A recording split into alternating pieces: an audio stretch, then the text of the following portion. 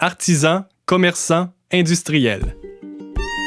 Les nouveaux arrivants de Sainte-Eugène devaient faire preuve d'ingéniosité et d'une autonomie presque totale pour survivre, étant trop démunis pour se procurer des biens non essentiels et étant passablement éloignés des rares commerces existants.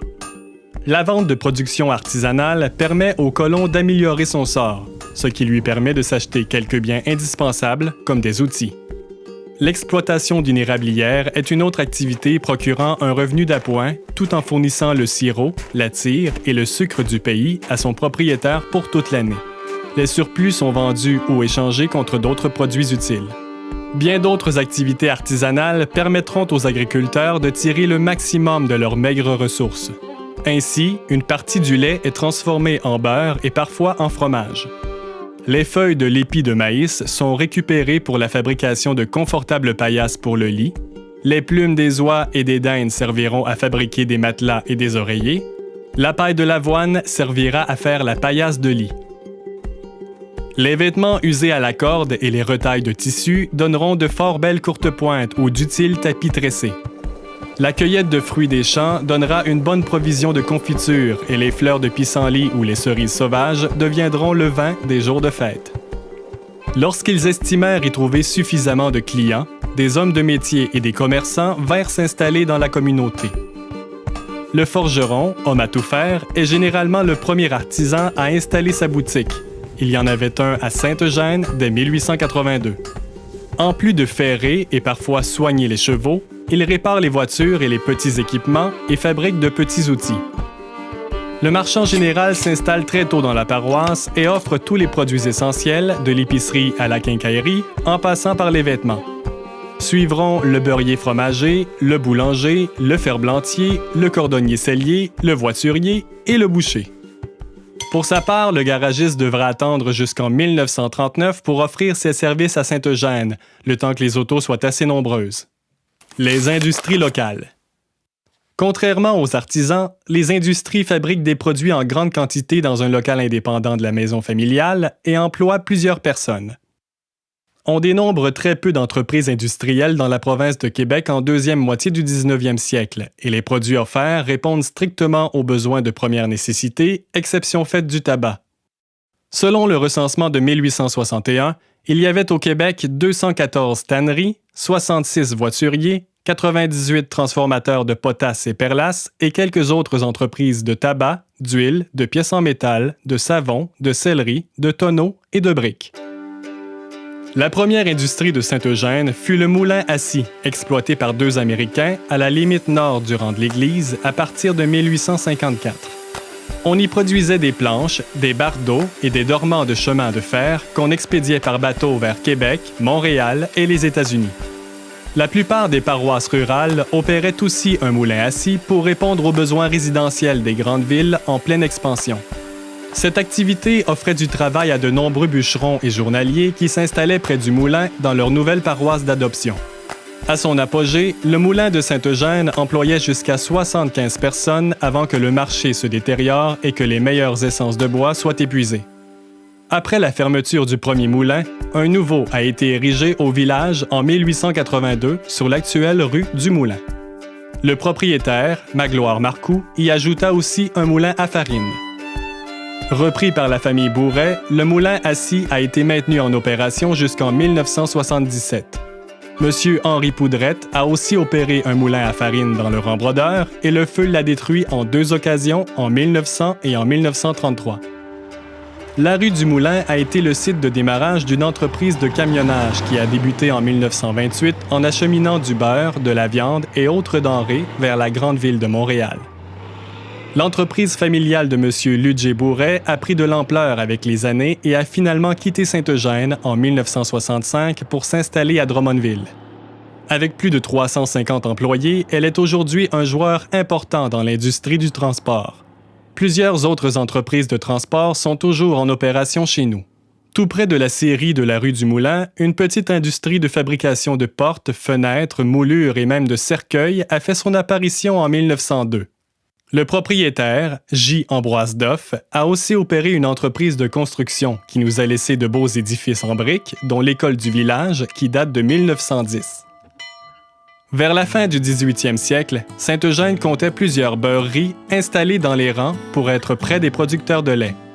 Comme plusieurs fermiers fabriquaient eux-mêmes leur beurre, une bonne partie de la production était vendue à Montréal à partir de 1910.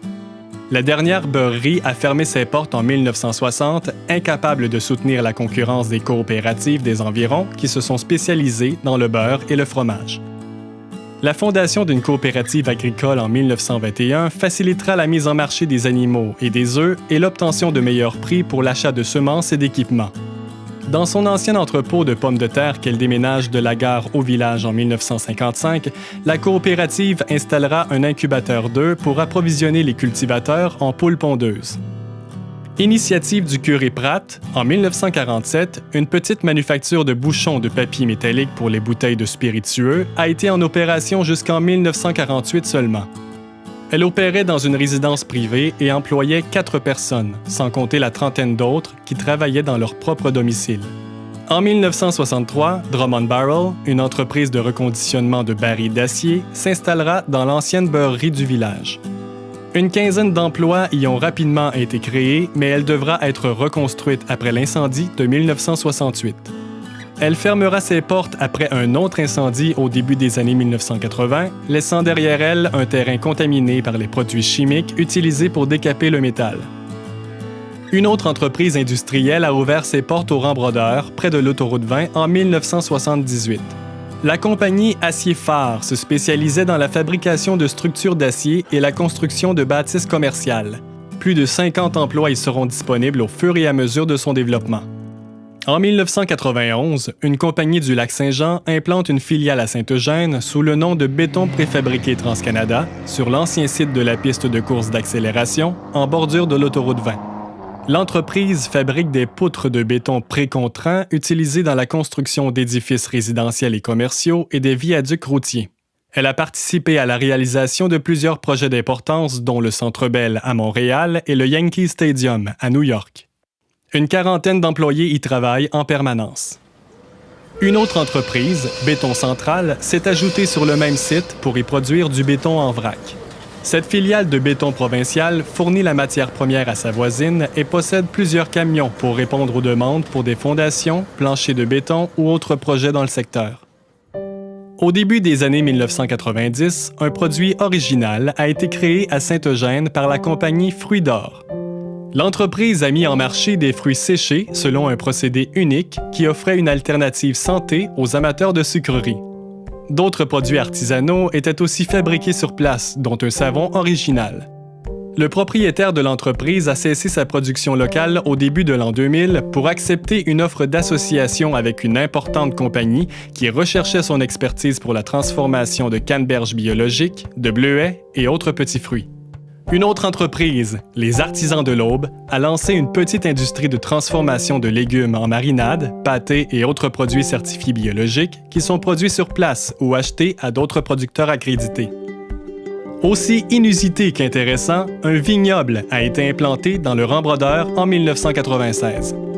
L'entreprise a développé quelques vins qui étaient en vedette au marché biologique lors des premières années de l'événement Automne en chanson.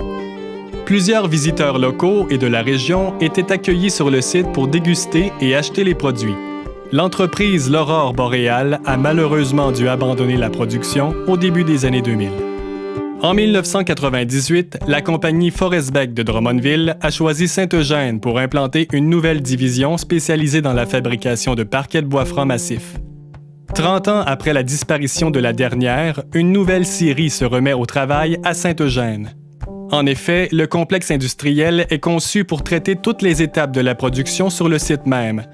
Malheureusement, l'entreprise a dû fermer ses portes en 2012. Au plus fort de sa production, l'usine comptait plus de 100 employés. Les entreprises Interco se sont installées à Saint-Eugène au Rambrodeur dans les années 2000. Ils sont producteurs de palettes de manutention et de paillis horticoles. La présence de ces petites entreprises est très appréciée pour soutenir l'économie locale, mais la tendance est de les regrouper dans des parcs industriels urbains qui offrent des infrastructures spécifiques à leurs besoins, des services mieux adaptés et une main-d'œuvre plus accessible. La proximité de l'autoroute 20 demeure quand même un avantage intéressant pour les industries qui désirent s'implanter le long de l'autoroute.